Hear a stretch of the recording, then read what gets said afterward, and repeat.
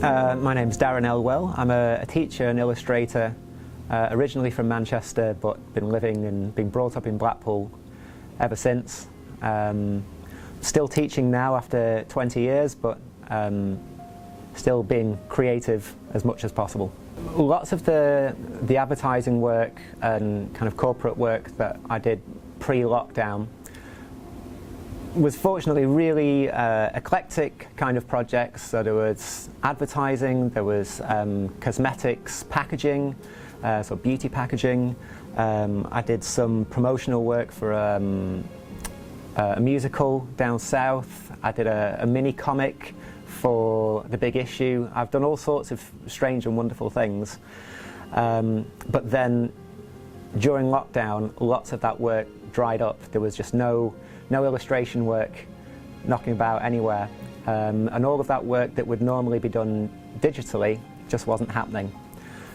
So I had lots of time in between online teaching, and I brought lots of materials home to kind of experiment with and maybe deliver online lessons with, and just started to experiment with it. And all of the traditional drawing and techniques and painting techniques and bits of collage that I had been using separately in various lessons and different environments just slowly started to come together all into one place.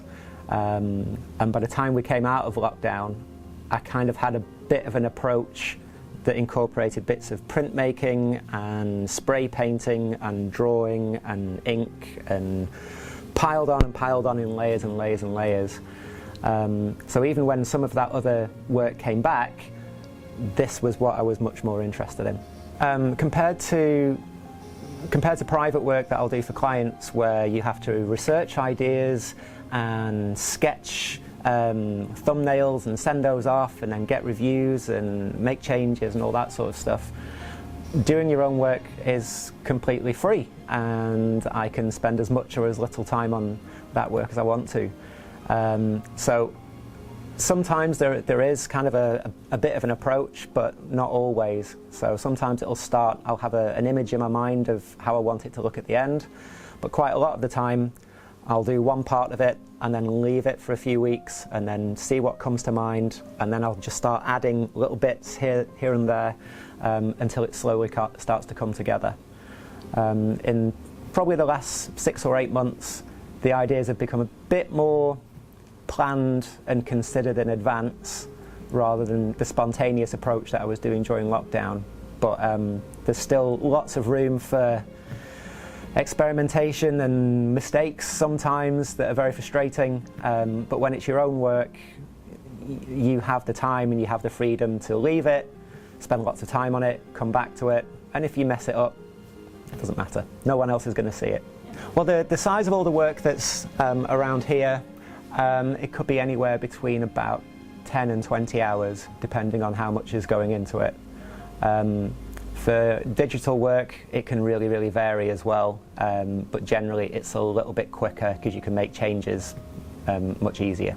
I'm not from a particularly creative artistic family, so I didn't go to art galleries, I didn't go to museums, I didn't really see much kind of fine art until my late teens and early 20s. So the first art that I got to see was in the pages of a comic book, and all of those action poses and really exaggerated action sequences and expressions and styles had a really lasting impression on me.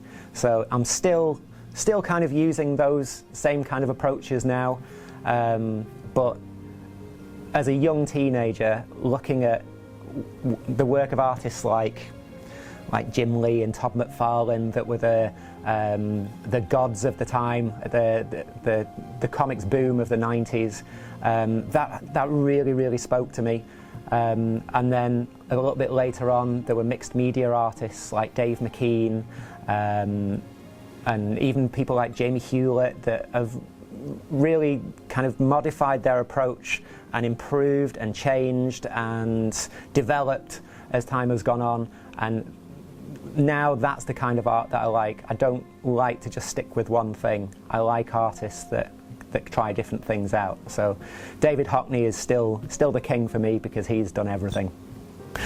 I'm in a really fortunate position in that being creative, doing this sort of artwork and illustration work, I'm a teacher most of the year.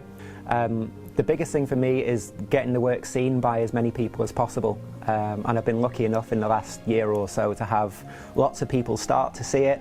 So the likes of Hive and the likes of Tea Amantes have been very generous in kind of giving me space to show work. But I want more people to see it. I want to get it out into further afield. I want to get reactions from people that I haven't met before. And go to America. That would be really nice. A stall at Comic-Con would be wonderful. One day.